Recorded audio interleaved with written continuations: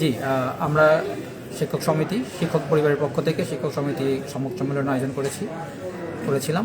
সেখান থেকে আমরা পরিষ্কার যে মেসেজগুলো দিয়েছি সেটা হচ্ছে যে এই ক্যাম্পাসে আমাদের যে ছাত্ররা 18 তারিখে নির্মমভাবে আহত হয়েছে বহিরাগত স্থানীয়দের দ্বারা, আমরা এই ঘটনার শুরু থেকেই প্রতিবাদ জানিয়েছি, নিন্দা জানিয়েছি এবং এর বিচার দাবি করে আসছি। এখনও আমরা সেই দাবিতে আমরা জোর দাবি জানাচ্ছি এবং সেই সাথে আমাদের ছাত্র এবং শিক্ষক, মাননীয় ভাইস চ্যান্সেলর সহ যে শিক্ষকবৃন্দ লাঞ্ছিত হয়েছেন, আমরা তার বিচার দাবি করেছি। আমরা যে জায়গাটায় উপরে আজকে মূলত কথা বলার চেষ্টা করেছি সেটা হচ্ছে যে বিভিন্ন সময় শিক্ষকবৃন্দের ভূমিকা, এই বিশ্ববিদ্যালয়ের শিক্ষকবৃন্দের ভূমিকা নিয়ে সত্যকে আড়াল করে বিভিন্ন রকম বক্তব্য প্রচার করা হয়েছে, যেগুলো বিশ্ববিদ্যালয়ের সুনামকে প্রশ্নবিদ্ধ করছে।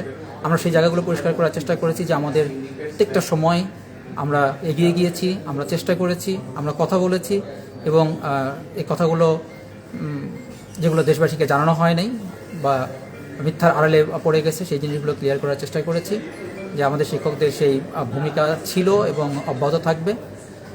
তৃতীয়ত, যে ভাইস চ্যান্সেলর মহোদয়কে যে অভিযোগগুলো করে তার পদত্যাগ দাবি করা হয়েছে, এই অভিযোগগুলোর বিষয়ে বিশ্ববিদ্যালয় প্রশাসন থেকে, শিক্ষকদের পক্ষ থেকে বিভিন্ন সময় এই জিনিসগুলো স্পষ্ট করা হয়েছে।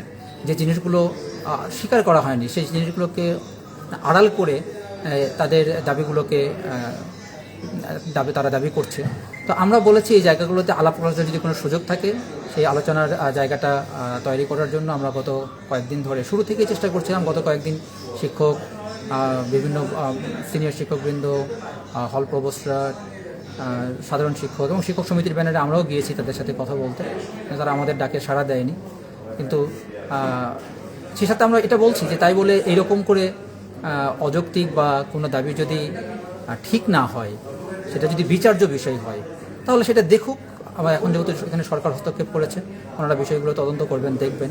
কিন্তু আমরা শিক্ষকবৃন্দ, শিক্ষকদের সম্মানার্থে, একটা ভাইস চ্যান্সেলর মহোদয় তার আসনের সম্মানার্থে আমরা এ ধরনের কোনো অযৌক্তিক দাবির কাছে একজনকে পদত্যাগ করতে হবে, অসম্মান হতে হবে, অথবা মক কালচারের যে দেশে মক কালচারের মতো যে জিনিস তৈরি হয়েছে, নতুন একটা বিষয়, এরকম জিনিস তো আমরা সমর্থন করতে পারি না।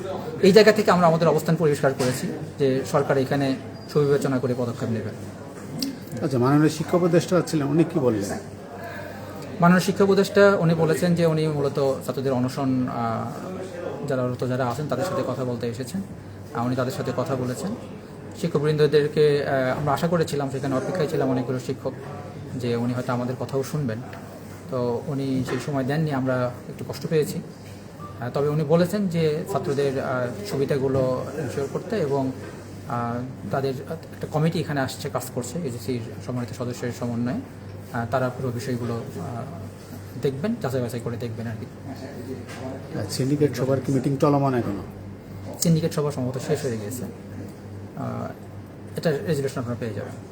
তো শিক্ষার্থীরা বাইরে অপেক্ষা করছে যে কি সিদ্ধান্ত আসে, তারপরে তারা পরবর্তী কর্মসূচি ঘোষণা করবে। স্যার, না, এর সাথে এই শিক্ষার্থীদের যে দাবি এক দফা, সেই দাবির সাথে তো প্রতিপক্ষ বা কনফ্লিক্টিং কোনো ইয়ে নিয়ে আমরা এখানে বিবৃতি দিইনি। জি, আমাদের বিবৃতি দেওয়ার সবগুলো দাবি ছাত্রদের সাথে একই রকম। জি, সেই সাথে আমরা একটা জিনিস পরিষ্কার করেছি যে শিক্ষকদেরকে নিয়ে এটা প্রশাসনের সাথে কাজ করতে গিয়ে অথবা শিক্ষকরা ছাত্রদের সাথে কথা বলতে গিয়ে বিভিন্ন সময়ে যে হেনস্থার শিকার, সাইবার বুলিংয়ের শিকার, বিশেষ করে যে সত্য কথাগুলো, শিক্ষকদের আপ্রাণ চেষ্টার যে অংশটুকু আড়াল হয়ে যাচ্ছে, যেটার জন্য আমাদের অ্যালামনাই, অভিভাবকবৃন্দ, দেশবাসীর কাছে ভুল বোঝাবুঝি তৈরি হচ্ছে, ভুল বুঝছে যে কয়টা শিক্ষকদেরকে একটা প্রতিপক্ষ বানানো হয়েছে। আমরা সেই জায়গাটা পরিষ্কার করার চেষ্টা করেছি, যেটা আমরা প্রতিপক্ষ হয়ে কাজ করিনি কখনো।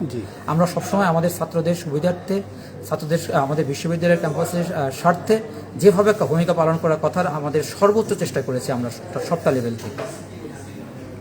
ঠিক আছে, ধন্যবাদ। ধন্যবাদ।